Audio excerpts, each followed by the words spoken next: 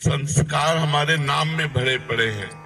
जैसे जैसे हम नाम जप करते हैं वो अपने संस्कार भागवतिक डालता है मन पे और मन के जागतिक संस्कारों को बाहर करता है और उपासक उस प्रक्रिया को समझ नहीं पाता और वो विचलित होकर सोचता है कि जब मैं नाम जप करता हूँ तो मन नाम में न लग करके संसार में जाता है। तो पहली बात तो आप निश्चिंत रहिए, आपका नाम जप करने से ही काम बन जाएगा। मन भले संसार में जाए, मन भले इधर उधर का चिंतन करे, उसे कोई फर्क नहीं पड़ता। जैसे अग्नि में दाहिका शक्ति है तो आप भाव से छुओ या अनजान या कोई जान के जैसे भी छुओगे उसमें दाहिका शक्ति अपना काम तुरंत करेगी, आपको जला देगी, स्पर्श करते ही जला देगी। जैसे अमृत में मारण शक्ति का नाश करने वाली शक्ति विराजमान है, आप जो ही अमृत पिएंगे आप मृत्यु से बच जाएंगे। जैसे विष उसमें मारण शक्ति विराजमान है, आप जो ही पिएंगे आप मर जाएंगे क्योंकि उसका प्रभाव है। ऐसे नाम में आनंद शक्ति, तारण शक्ति, पाप क्षय शक्ति, दुखों का विनाश शक्ति, ये सब विराजमान है। आपकी जिह्वा से नाम छुआ कि आपका परम मंगल होगा। इसीलिए गोस्वामी जी ने लिखा है, भाव कुभाव अनख आलसहु नाम जपत मंगल दिश दसहु। भाव से या कुभाव से, अनख से या आलस्य से जैसे भी नाम जप किया जाए वो हमारे सारे पापों का नाश करके, चाहे जहां हम देश विदेश कहीं भी दसों दिशाओं में हो, हमारा मंगल हो जाएगा। इसलिए हमें प्रधानता रखनी है नाम जप की, ना कि मन लगने की, क्योंकि नाम जप के प्रभाव से ही चंचल मन स्वयं वशीभूत हो जाएगा। हमारे रसिक महापुरुष श्री ध्रुवदास जी से पूछा गया कि मन बड़ा चंचल है, कहीं भगवान में लगता नहीं है, तो इसका क्या उपाय है कि मन को लगा दिया जाए। तो उनका मन तो चंचल सबनते, या को कौन उपाय, तो बोले साधन को हरि भजन है, कै सत्संग सहाय।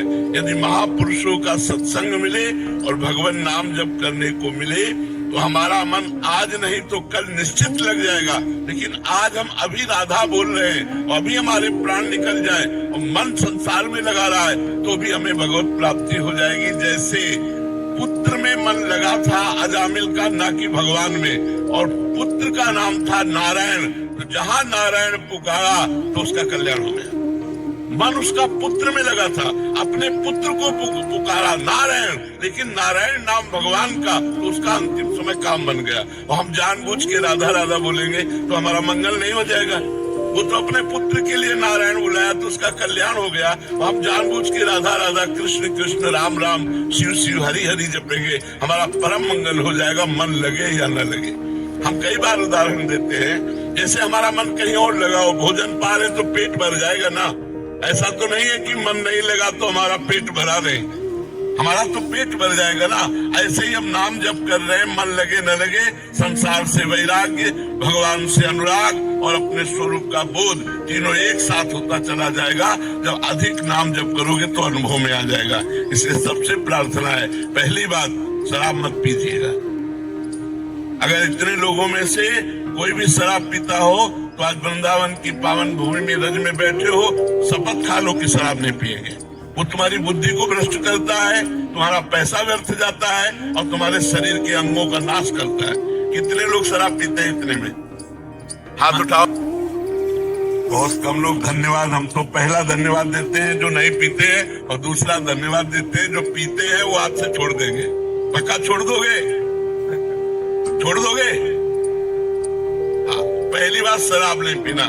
दूसरी बात, राजकीय, राष्ट्रीय और व्यापारिक, इन उद्देश्यों में जो देश विदेश जाते आते हैं या जो हमारे देश के संरक्षक हैं, उनको मांस भी परोसा जाता है। कोशिश कीजिए, हम ना की कसम नहीं खवा रहे, कोशिश कीजिए कि आपका आहार मांस शून्य हो। जैसे हमारे राष्ट्र सैनिक हैं, इनको सुविधा होती खा सकते हैं और चाहे तो ना भी खा सकते हैं, तो हम जोर नहीं देते, लेकिन प्रार्थना करते हैं कि बिना मांस के भी शरीर में बल आ जाएगा यदि आप संयम से रहेंगे और पवित्र भोजन पाएंगे। किसी जीव का मांस ना खाइए, क्योंकि ये पाप आपके शरीर को अभी नहीं तो आगे चलकर, और इस जन्म में नहीं तो अगले जन्म में बहुत दुख भोगना पड़ेगा जो दूसरे शरीरों का मांस खाते हैं। अगर राष्ट्रीय सेवा में है तो भगवान जैसे निर्वाह करे वैसे निर्वाह करो।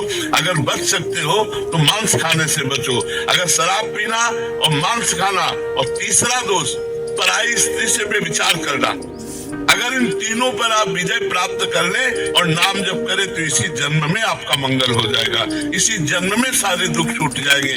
जो केवल 3 बातों को स्वीकार कर लीजिए, हमारी बात मान लीजिए कि अगर माता बहन पराये पुरुष से और पुरुष पराई माता बहनों के साथ ऐसे गंदे आचरण ना करे तो हमारे भारत में गृहस्थी बिगड़े ना। आज हमारे भारत की गृहस्थी बिगड़ रही, गृहस्थ धर्म बिगड़ रहा है, ये हमारे भारतीय धर्म में नहीं है। प्राणपन से पत्नी को अर्धांगिनी माना गया और पति को प्राणेश्वर माना गया। जहाँ हमारे धर्म में ये बात है, वो ये बातें, गंदी बातें ऐसे संशय पैदा करे जो पराय पुरुष पराय स्त्री। तो ये 3 बातें आप स्वीकार कर लीजिए तो आपका जीवन धन्य हो जाएगा। किसी से आशीर्वाद मांगने की जरूरत नहीं है। यदि आप सही आचरण करेंगे तो सबके आशीर्वाद आपके पास आ जाएंगे। पहला, हम शराब नहीं पिएंगे, दूसरा मांस नहीं खाएंगे, तीसरा पराई स्त्री से संभोग नहीं करेंगे और कोशिश करेंगे कि अधिक से अधिक नाम जप करें। हमारी प्रार्थना, अगर हमारी ये बात मान लोगे तो आपका निश्चित परिवर्तन हो जाएगा।